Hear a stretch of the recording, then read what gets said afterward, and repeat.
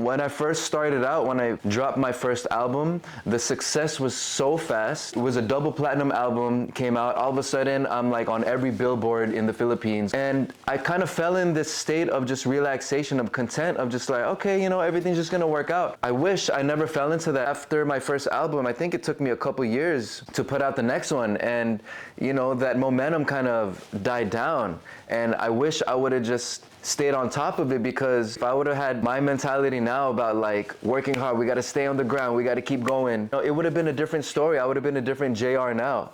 What's up, people? Welcome back to Feature Friday Plus. Today we are joined with one of my favorite artists from the Philippines, JR, the king of R&B. Let's go once again, round two, baby. Hey, what's up, you two? Efren, Waleska, thanks for having me. Girl, you make me feel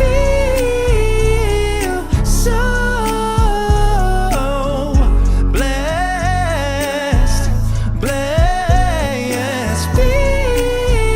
Yeah, so happy to have you back, man. It's been a while and really good to catch up with you. Yeah, of course, always wearing the smoothest stuff, you know, always got your fits on, both of you. Looking good. I'm trying to keep up with you, Jay. Yeah, you're too cool for school, man. I saw you wearing your JR chain that has like a king, like a crown. Yeah. In the Blessed video. Yeah, That was drippy. That was a drippy music video. I was gonna wear it for this, but I didn't want to, you know, be too fancy. I don't want to like. Why not? No, but it's truthfully, it's really nice to see you again. And I mean, we should probably get straight into it, because you've been quite busy in the US. You were just mentioning to us off camera that you've been spending a lot of time in LA. You moved over there, so let us know how that's been going. And you've been playing a ton. I see. Yeah, a lot of gigs. A lot of clips with Kyla. You've been touring, doing a lot of shows. So let us know more about that. Yeah, it's such a blessing. You know, I've been blessed. When I came out here, it was in the middle of pandemic. You know, came out here for my family. It was a blessing in disguise. You know, we just kind of abruptly moved out to LA, but when we did, the Filipino community, since it was pandemic, they were itching for some live shows, you know, because a lot of the Filipino artists couldn't fly to the US, to Canada. They couldn't do shows, so it just halted. So when I got here, they're like, oh, JR is here. I just produced a show, and all of a sudden it just kept reoccurring. Like after the first show, we must have done like 20 cities after that, and then until now, actually. Speaking of 20, and then now, it's been 2 years. Now it's my 20-year anniversary in the music industry. So I'm doing my 20 Up tour. I'm in the middle of it. Right now we just finished Virginia and Orlando, and now we're gonna hit up LA, which is November 18th in Orange. So I hope everybody can make it.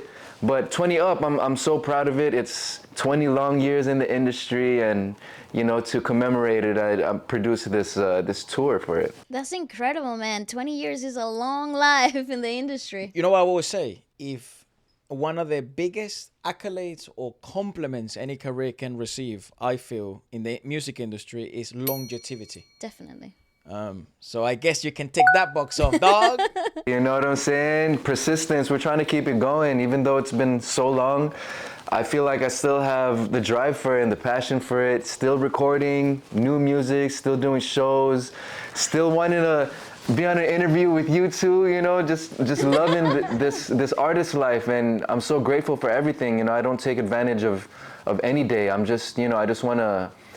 Yeah, like I said, I'm just so grateful for what I have, for the talent that God gave me, and what I'm able to just share with the world. So, something that we were discussing, Vale and I, because we saw your latest release with Blessed. The music video was it felt like old school R&B with new school R&B. It felt like I was back in 2005, but like super extra HD though. It was so sick. In today's era, Yeah. which I feel there's a gap in the market, and that for traditional R&B again, commercial R&B for sure, but traditional R&B with the feel of like, it's somewhat nostalgic, but it still brings a brand new sound.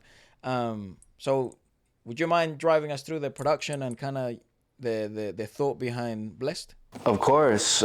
First of all, big shout out to Alexi Figurov. He's the director of the music video, and he did such an amazing job. Shout out to my wife, Mica Javier, was my muse in the music video. She was my digital fairy in there, you know. But I'm glad you brought that up, Ephra, because the whole theme of this new album that I'm putting out, Bless is the first single, the theme is kind of like classic meets new. You know, since it's my 20-year album, we wanted to name the album Timeless. So basically, all the songs that we did, whether it be a fast song, a slow song, a mid-tempo song, we're gonna keep, of course, the R&B theme, but we wanted it to sound classic. Like once you hear it, you feel like you've heard the song before, or like the feel of it is kind of like how the 90s R&B was, and you know, like big choruses and big vocals, big ad-libs, and you know, we wanted to kind of keep that alive because that's what we do, you know, that's the kind of music we grew up with, and that's what we want to put out. And I hear a lot of it rotating back into the playlist, you know, that kind of sound, and I love it because that's right up my alley, and I get to play around with that, and I'm enjoying it. You know, I can't wait to put out these next songs. I have like a whole line of songs, about 10 songs that we finished. After Blessed, we're releasing another one in November. This one is a bit like a ballad song this time though, and I found it very appropriate because I want to dedicate it to my father who just passed, and the whole concept of the song is guiding light, you know. I'm sorry, guiding star, you know. So now, you know, Dad, he's gone, but now he's kind of just like guiding me, helping me out with the music, because you know, it's pretty much him and Mom that gave me the gift of music. You know, Dad was always playing on the piano. I always saw that in the household. You know, every time he was done from work, he would just go on his piano just to relieve stress, and he would play so beautifully.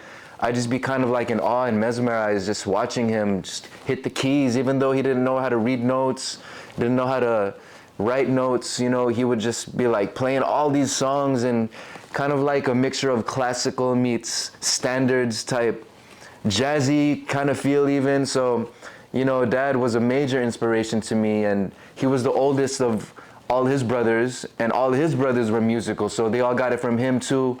So this next song, it's really nice, you know. It kind of gives me a bit of tears when I just hear the piano intro when I start playing it. But I can't wait for everybody to hear it and see what we've been working with. Man, that sounds super special, not only because of the emotional investment that we're gonna get to hear as well, but also because I believe that even though music is cyclical, we're at the point in time where we need the 90s R&B to come back. And I feel like a lot of people just see the newest generation, like even younger than us, covering the songs from like that time. And I think that's a pinnacle tell that there is a space in the market for that to fit in.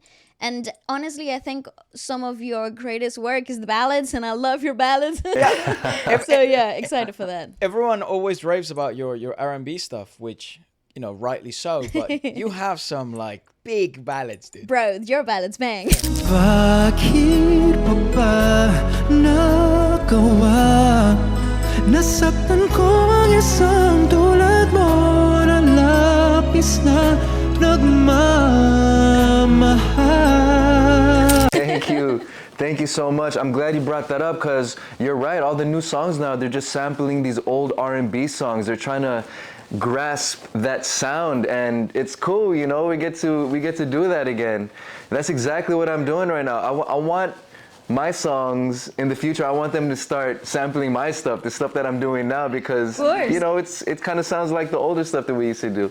What was the relationship, or maybe not the relationship, but what was your father's and your parents' like first thought into you wanting to become a singer? If we take it all the way back, I'm not sure if we ever spoken about that. They've always been so supportive, you know.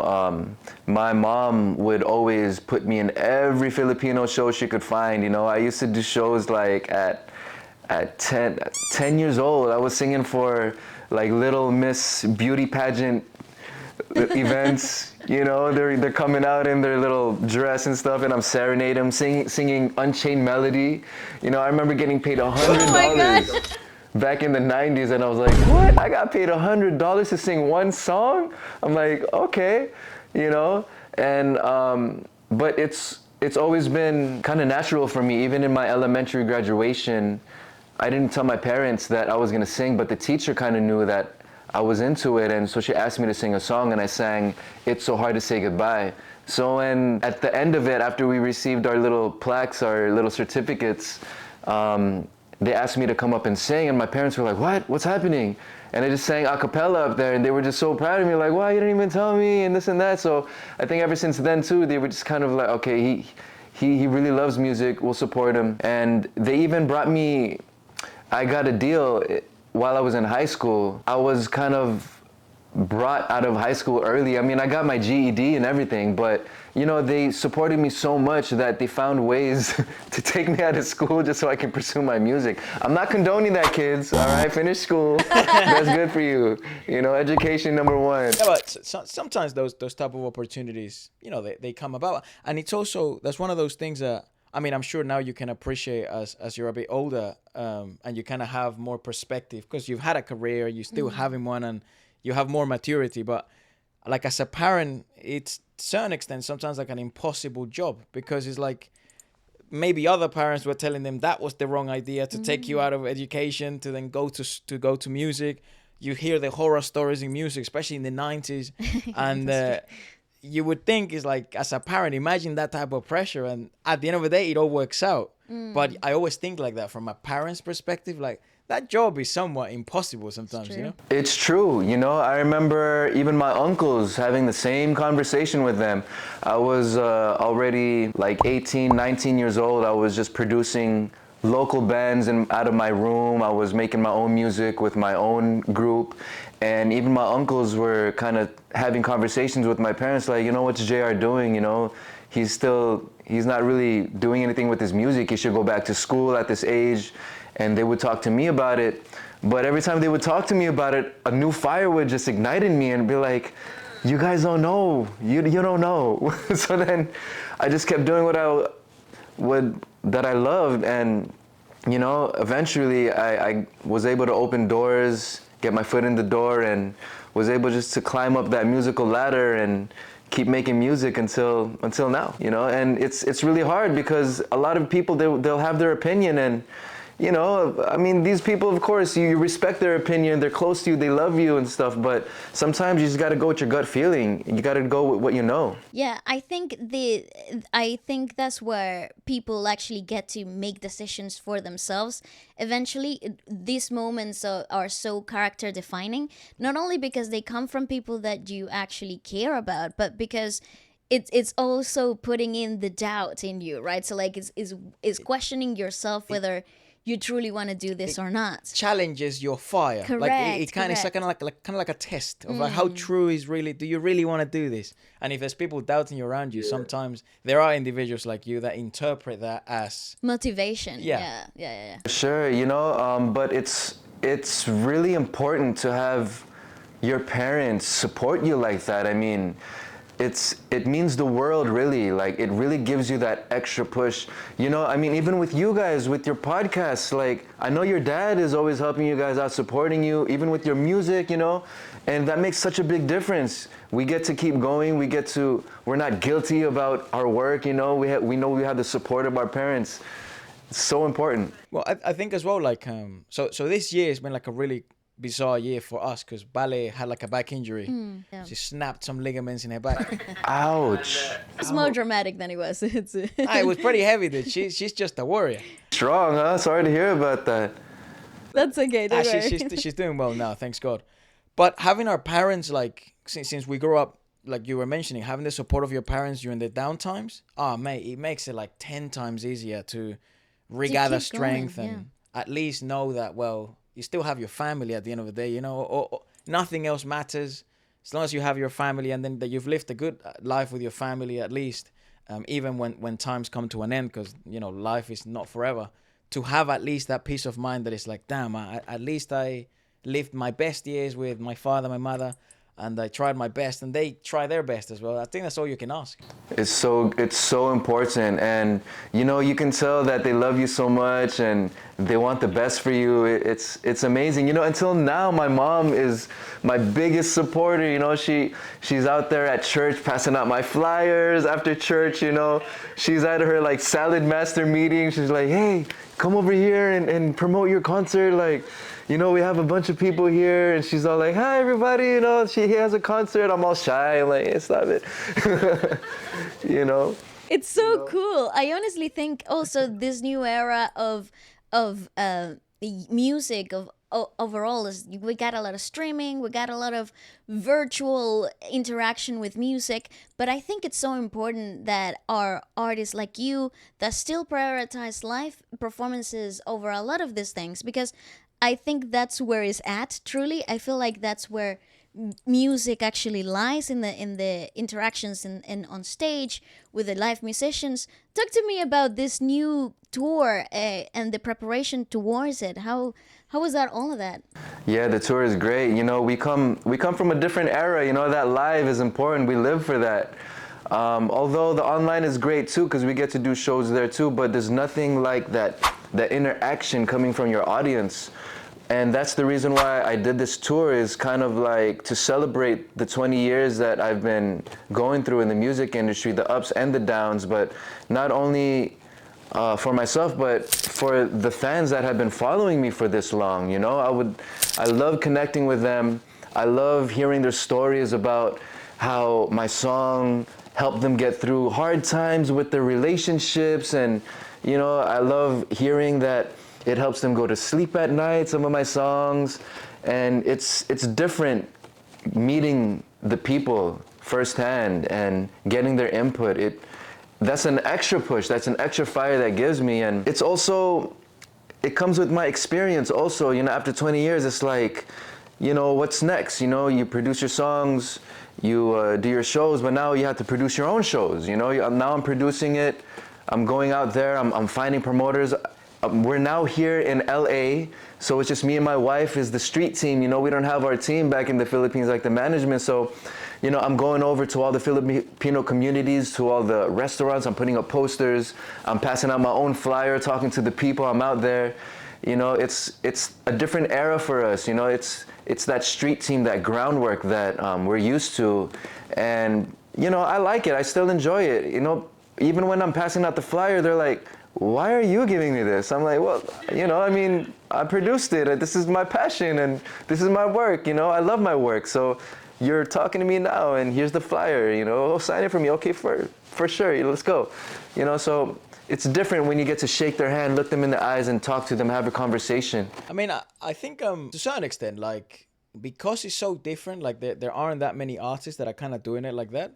I would presume that's also like a big selling point. Imagine get like knowing about the show from yourself in person. That's like, that's a conversion right there. You know what I mean? So we're at a point right now where if we're able to mix the best aspects of the 90s and the 2000s and neglect the worst aspects of the current era, which is sometimes the music industry feels a bit detached, and the relationship between artists and fans, there's too many people in between, there's too many things in the middle. I think if we're able to connect both of them, you have, again, the best of the old and the best of the new, and you have this kind of new generation. And I think that's why a lot of artists add to a certain extent. I mean, we know someone right now that's in the top 40 in the UK, and they're busking on the street just to promote their latest song and their latest, you know, songs and the ticket sales and stuff.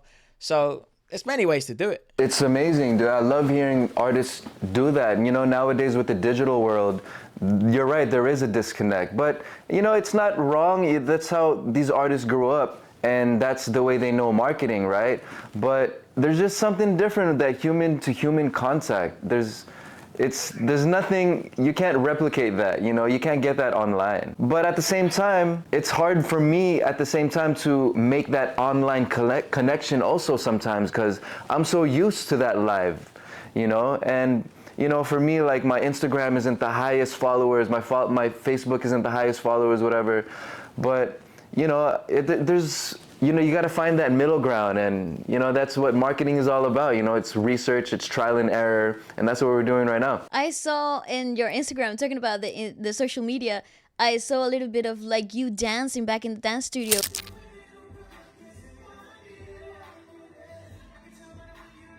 Man, you got moves. Talk to me about that. That was kept on the wraps. I didn't know that could happen. Thanks, you know, I feel so rusty, so Mika and I, we just decided to go to do a dance class. A friend of ours invited us, and we're like, why not? Let's go.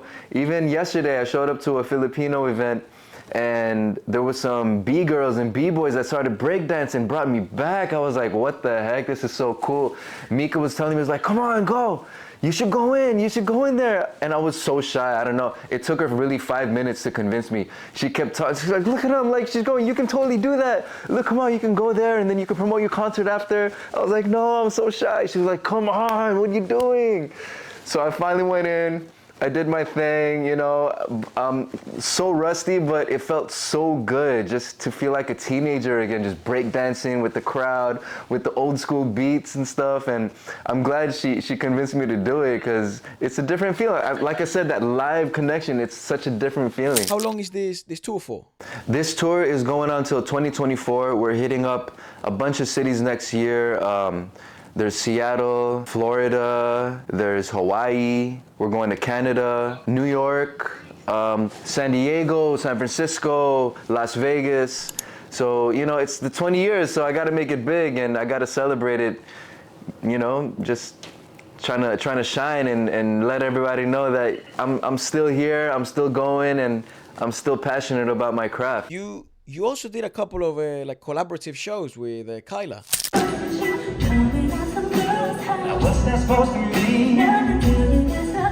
It was amazing, you know, all the Jayla fans came out and we had such a great show. Kyla is impeccable. She is tremendous.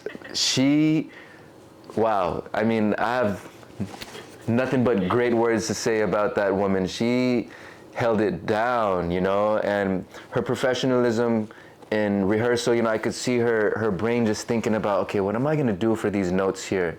You know, and I saw the evolution of where it was going because in the rehearsals, she was trying different things, but by the time at the show, what she did was like mind-blowing, standing ovation, everybody was clapping. I was so proud of her. It was crazy. What do you like in rehearsals? What do you like to do? Do you take more like an experimental approach in rehearsals since you already know the songs? Or are you more, I don't know, structurized, like you kind of, I'm already doing the vocal runs that I'm going to do then, and then whatever happens in the moment happens through inspiration or in the feeling? Or are you more kind of similar to Kyla where she basically complete experimentation through rehearsal, and then on the night or maybe the sound check, that's when she decides what runs or what type of choices she's going to make?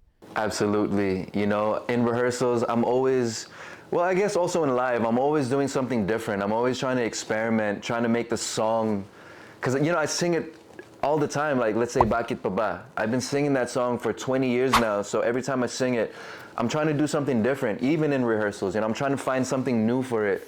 And, but not only that, my mind is just thinking about so many things. Like, during rehearsal, I'm thinking about, what content am I going to shoot while I'm doing rehearsal? I'm thinking about how am I going to splice together the new single with this rehearsal that I'm singing of Blessed.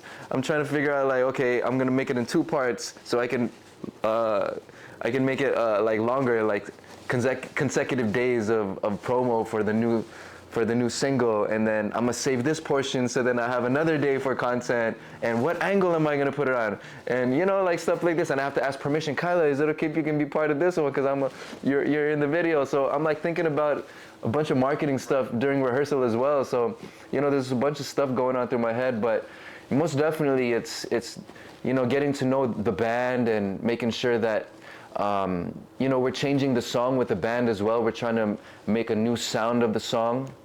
So I want to make sure that they're hitting all the points, but it still sounds nostalgic, you know, and all the hits. So there's a lot of stuff happening during rehearsal, and it's fun. I love it. That's the life that I live for. And you will always want to stay in this side of music, so always singing. You don't want to go into, you know, sometimes like artists, you see usually the evolution is like they go into production, and they unfortunately they lay off the live stages, which I wouldn't advise you to do that. I don't think you would anyways, That's a crime. because I think that's where you're best. But seeing that you are thinking all of this different production side of things and marketing, is that something you're interested on? For sure, for sure. That's something that I want to do in the future, especially out here in LA. You know, now that we're producing our own shows, you know, I would love to start producing for other artists also, you know, like my friends that are in the Philippines. I would love to give them a platform out here, put them on tour, and all they got to do is just give me a call. And I'm like, all right, cool, I got this city, this city, this city for you. Especially California, you know, like San Diego, San Francisco, LA, even Las Vegas. You know, like these cities are so close to me, I'm able to put it up. But right now, I'm in the phase of kind of just experimenting on myself. You know, like this, usually what I'm doing right now, I'm doing small venues, usually like 300 capacity venues. But for this LA show in Orange County, for my 20 Up, I anteed up, and now I'm doing a more than double, about 700 capacity. I'm kind of, you know, doing slowly, but, you know, bigger things, and that way I'm able to really grasp the concept of producing shows, so then I could bring in other acts. Well, I think as well, what you're doing at the moment, Jay, I think is like, you know, 15 years ago, right? So at your peak, you're working with, you know, some of the biggest labels, the biggest managers, and everything is sort of taken care for. You're the big star, and you get to look behind the scenes and you get to learn a little bit. But truly, the learning experience and the contact, you know, acquisitions, the contact acquisitions, the venue contacts, the really understanding the grassroots, that's basically what you're doing now. And ironically enough, like, you have already the other 20 years of experience as the star, but now you're really like understanding it from like different angles. So I'm guessing we're gonna see you for a very long time in the music industry. Thank you. Not only that, like, I've learned so much, from working with the big labels, from working with my management, just how everything runs, and I want to incorporate that to myself, because I've always, when I moved to the Philippines, I've always had that mentality of like Jay-Z, you know, having his own label of like P. Diddy or something like this, or Kanye, you know, just having your own artist and producing. So even now, I'm producing music for other artists as well. Jaya's daughter, Sabria, she is fire. She is so amazing. She writes her own songs, she produces her own songs. So now I'm just taking her stuff, I'm reproducing it, I'm kind of polishing it for her, and we're gonna be putting out soon, very soon actually, just her first single, and it's gonna be, how incredible. you know, I want to keep doing it. Anything in music, I want to be involved. You know, I want to keep doing it for the rest of my life. Talk to me about your personal inspiration, like, process when it comes to like writing your own songs, especially for your new upcoming album. How is that process of writing songs for yourself is like? And being on the road. Yeah. Do you write when you're on the road? Since you're basically been on the road all year. Basically. For sure, yes. You know, when I first started, before I started writing the album, I was on my journal a lot. You know, I was just practicing just rhymes, and, you know, also just, you know, my feeling, you know, just getting whatever I was feeling through the day or the night, just getting it on paper. I was practicing a lot, so by the time I got in the studio, I kind of knew some direction and I had some ideas already. But, you know, I flew to Toronto. We did like 6-7 songs in a week. In 1 week time, I flew over there. Big shout out to my boys, Andrew, Briol, and Adam Josh, Velvetry. You know, I went out there and we were in the studio every day from morning to the evening. We were just creating from scratch, as in like, you know, what sound do we want? Okay, cool, so Adam's on the keys, we're making this production. And then while he's doing the production, we're already penning the song together, making melodies, talking about concepts. And a lot of the stuff that I was journaling, you know, went into the songs that we were doing. And after a week of that, we were listening back and we have this amazing body of work, and that's where we came up with Timeless, because everything just sounds classic, you know? Although we kind of talked about that in the beginning, we wanted to make everything classic, like a classic sound, but in the end of it, we're like, okay, we got to call this timeless because it just sounds like that. You know, the process, it's really, it's all about persistence. You always got to practice, you know, it doesn't just come out. You have to work at it, you know, for all you artists out there that want to make an album. I mean, you know, you're talented, but that's great. If you have talent, then even better, you have a starting off point, but you always have to practice. Even if you're a singer, it's like, yeah, you're a good singer, but you gotta practice. You can't just be like the best just because you woke up like that, you know? You gotta always practice. It's true. No, I totally agree. I think that is actually the key between somebody talented and somebody successful, because I think it's the perseverance and the practice, yeah, as you said, that really links the two together. The beauty of music is like a lot of people have innate talent, or a lot of people have a natural inclination towards music, but sometimes the work mentality, the actual let's put it down to business kind of mentality is not there, so a lot of that talent is completely wasted, or there's no progress in this new generation. I feel like you listen to all these new artists, and they've got great sound, and they sound great in the studio. They don't translate that well into live music, but they think they've got something going on, and then they don't evolve either because there's not that practice, and they just kind of fizzle out.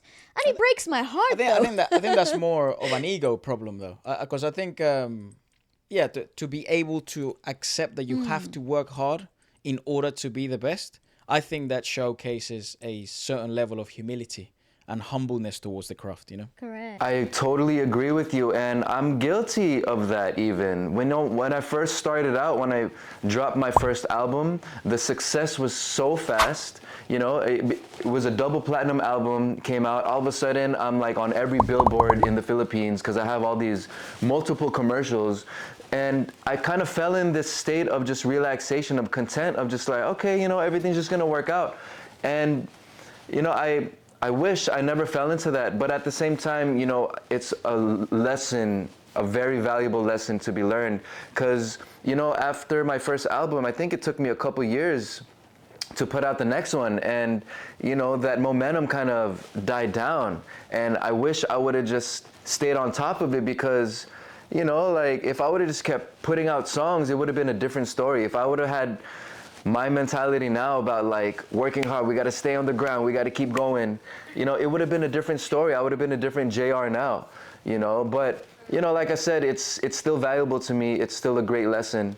And the 20 years that I've been in the industry, you know, I've gone through a lot, you know, a lot of good, a lot of great, but also a lot of hard times, you know, a lot of rejection. You know, I'm really grateful for all the hard hits that I had in the industry after 20 years. That's what really brought my perspective into working harder, you know, because nothing is handed to you, you know. Like, even that whole time when I first came out in the industry, I felt like it was handed to me because it was so fast. And that's the reason why, you know, I kind of felt laxed. And, you know, I learned a lot from that. Now it's like I'm never going back to that state of mind. I am gonna work hard no matter what I have, whether it be in abundance or whatever I can work with. You know, I'm still gonna work hard, and I'm gonna go for it. I'm gonna keep doing it, trying to elevate each time. It doesn't matter, you know. And yeah, you know, all those hard times and those fails, they really mean a lot.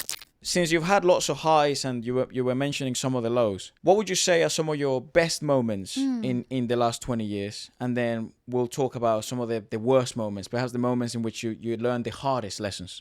The best moments, definitely the accolades, you know, getting platinum awards and, you know, winning like best R&B artist or best artist, best R&B songs, you know, those are always great. I think maybe the best though would be an accumulation of all my work and all the money that I've saved up was to be able to buy my own home in the Philippines. Yay, you know, nice. I think that would be one of the greatest accomplishments that I've had, because, you know, that would lead to my life now, marrying my wife. You know, that made me ready to be able to ask her, to be my wife because I knew I had my own home already.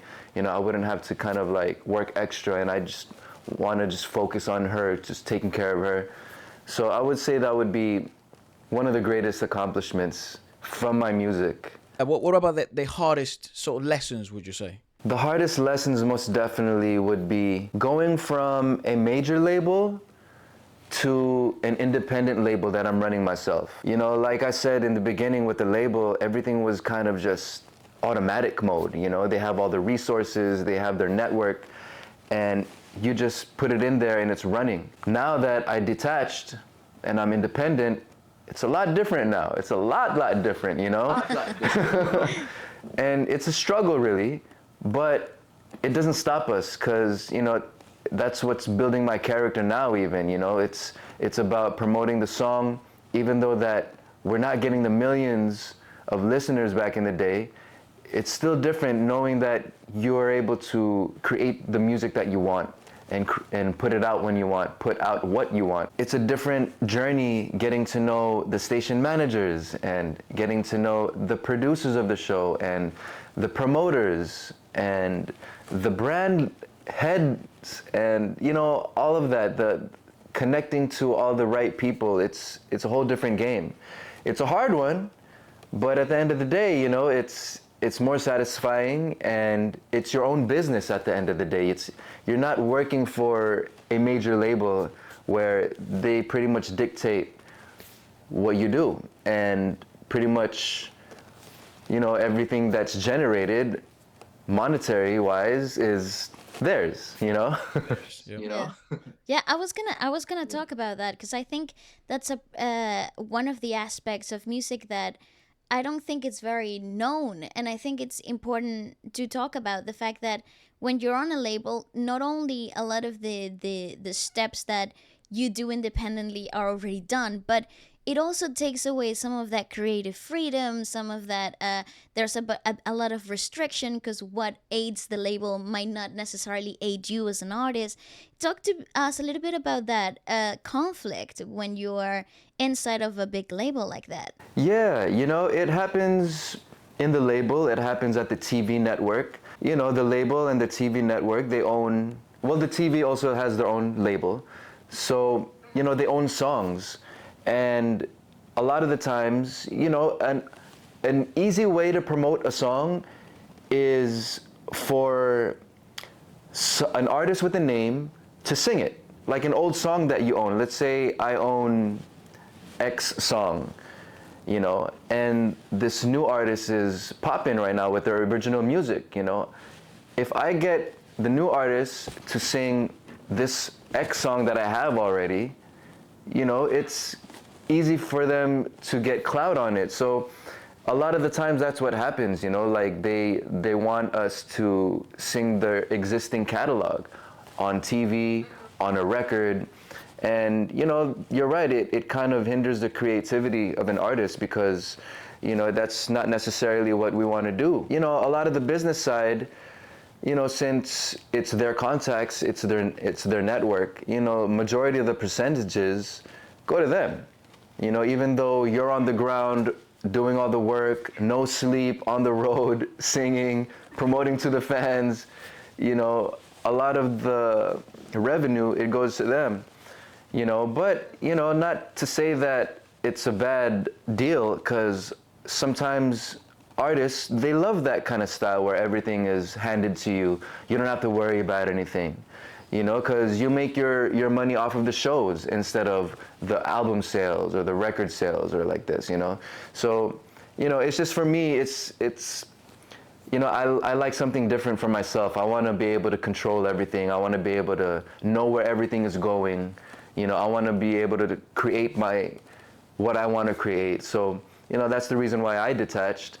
Because of those reasons. I think there's also personal growth as an artist from that perspective, like coming from everything handed to you into you having to work for everything. Kind of is like an arc in terms of creativity that not only allows you for freedom, but also allows you to settle into something new that is completely yours. Well, it's like I'm telling you, Jay. It's like Yeah. you seem to be someone with quite an entrepreneurial personality as well, and someone with a lot of interests that they're all under the same umbrella of music, but it would be to a certain extent to have someone like you. I mean, this might sound quite mean, but it's like to have everything managed for you.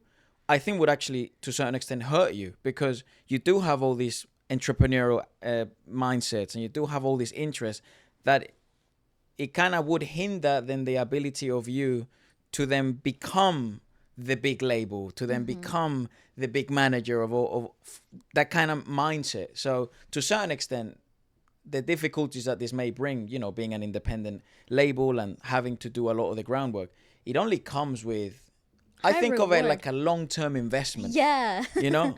Yeah, I agree with that. You know, sometimes it becomes a conflict of interest, but you know, you just have to recognize that, and you just really have to know what you want as an artist. So that conflict, you know, you can just manage it and just kind of detach from it, and then make that investment of time. You know, you're right. It's totally that, and you know, that's pretty much what I'm doing right now. You know, I'm investing in myself, and I just keep going. But I'm just so blessed that I'm able to still do it, you know, and I'm still thankful for the label that gave me my start, my push start, which was Universal Records back in the day. You know, I'm still so grateful for that. You know, I learned so much from them. But, you know, it was just time for me to detach and just do my own thing. Do you have any hobbies lately since you're so on the road and stuff? Like what you do to relax and just sort of switch off? Well, I don't know if you call it a hobby, but I guess work out, you know? Okay, yeah, hey guys, it is a hobby, yeah. Oh yeah, actually, yeah, you're looking thick, dog. I saw you in the Blessed video. You got that up top body, dog. God damn. Ooh, can't believe you're mine. Everything I like. Tell me what you Trying to keep it fit, you know, especially because I've been doing so many shows. You know, I wanna stay fit. You know, I don't wanna lose breath while I'm singing. I'm doing so many dance songs. I do up tempos a lot in my live shows. I like to get the crowd jumping and dancing. I like to get them up on their feet. So I want to make sure that I'm doing my cardio, and then I want to make sure that, you know, my arms are looking a little cut, because, you know, a majority of my audience are ladies, and I want them to be able to know that they came to the show and they spent good money. I don't want so, you know, at the same time, it's a hobby, but it's also part of our work. But I don't know, what other hobbies? I mean, I like to collect stuff, you know, like crystals and stuff. You know, like this Moldavite that I'm wearing right now. I'm wearing a Moldavite. Oh, This is like a Tektite. It's like a meteor that came from space that dropped in Czechoslovakia. You know, this is one of the many crystals that I like to collect. So, you know, I have a couple things. I like to collect currency. You know, every country that I've been to, that I performed at, I make sure to take home some currency, and then I collect it in my little envelope. I keep it in my safe. I have a bunch now, and I love looking through it. It's like a photo album of like all the places that you've been to. That's a really cool thing. Oh, I just bought a box card set of One Piece. I don't know if you guys are familiar with it. Oh my god, cool! Yeah. What do you think about the live action? Yeah. After I watched the live action, they came out with these cards. So I was like, you know, I gotta buy the cards, because I also collect basketball cards back in the day. I still have all my Kobe Bryant rookie cards and my Shaquille O'Neal rookie cards. I like to meditate. Meditation. Yeah. Yeah. Pretty cool. Nice. I was just gonna say, you were talking about the cards, the basketball cards.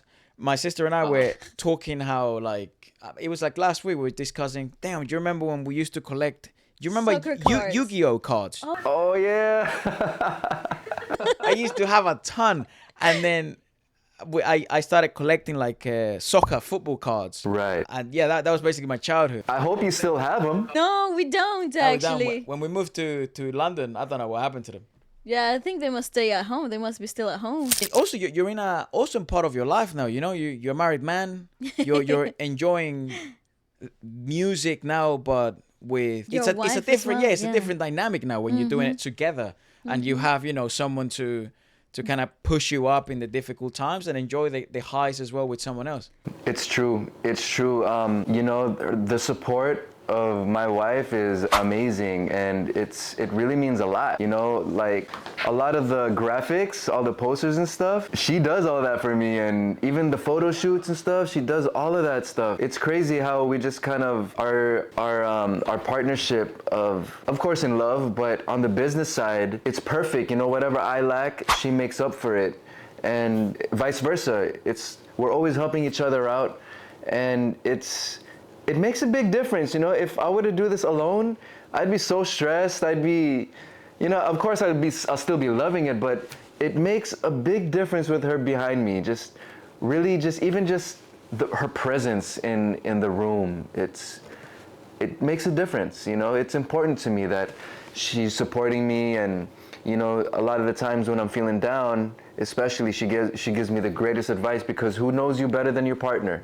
The kind of advice that she gives me, it gets deep, you know, and she has the right to talk like that because she's my partner and she knows exactly who I am. I would probably say the same thing with you siblings, like your partnership, like you guys level each other up and give each other good advice, you know, and without each other, you wouldn't be who you are now. Definitely. Talk to me how you guys met. How did Mica and you actually get together for the first time? We met at a charity concert, a charity show. Nice. It was at a club, at a little lounge, you know.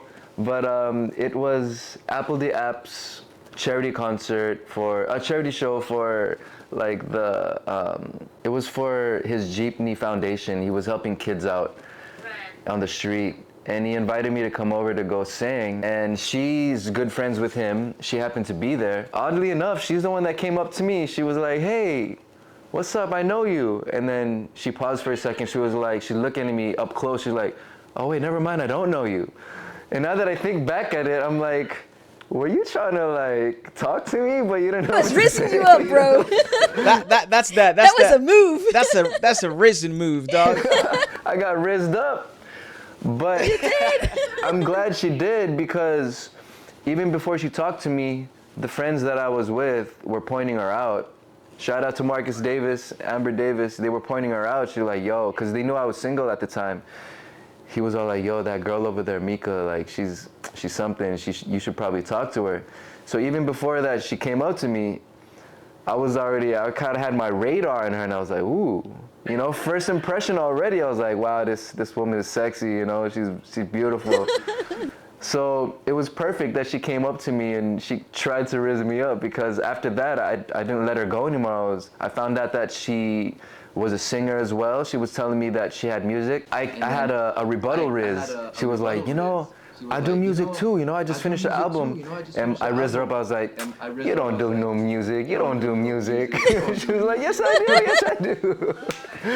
So, you know, I was like, "Let me get your Instagram, you know, let's stay in touch, let's get in the studio, this and that." And it took me like forever to get her real number. And then it took me forever to get actually a real meeting with her. But yeah, that's how we met in the beginning. It was a fun time. It was at that charity event. And now you have a forever model in any of your videos. You should recreate that scenario. That sounds like an R&B music video, dog. Yeah, it should be in your next music video.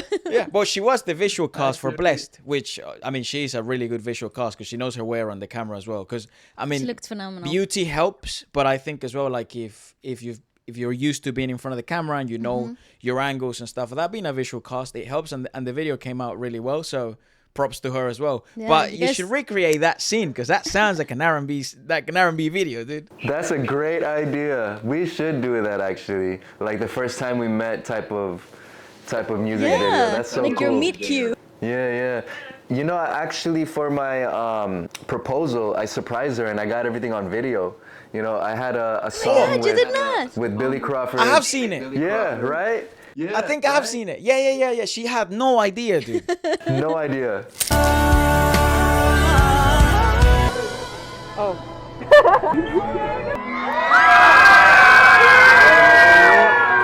No idea. I thought thought it was appropriate, you know, especially we're both artists. You know, I had this song coming out with Billy Crawford, Chris Lawrence. It's called Habang Buhay. Shout out to Benny Saturno who wrote it.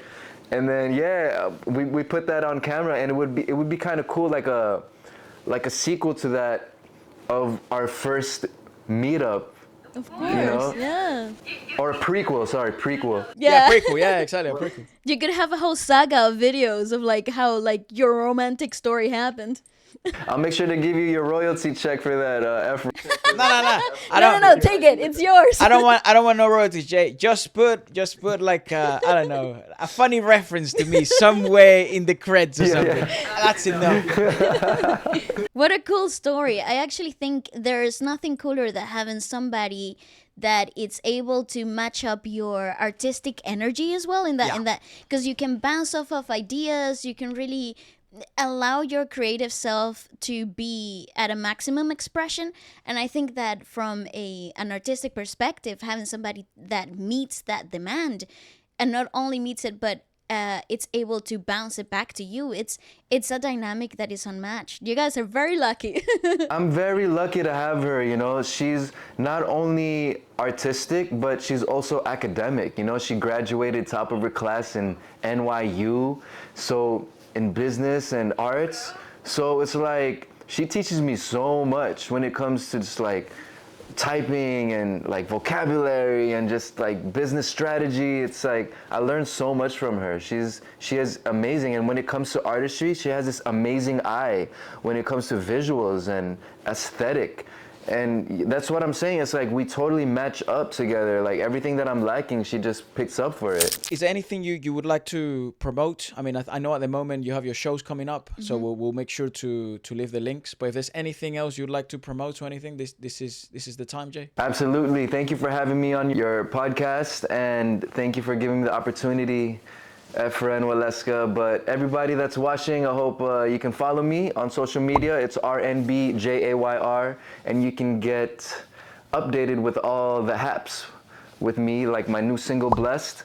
Please make sure to check it out on Spotify. Also, just search JAYR, Blessed. We have a little TikTok dance to it that you can do, you know.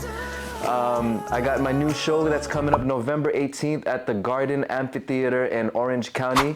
So please make sure to come up. It's 20 Up, celebrating 20 years of my music evolution as an artist.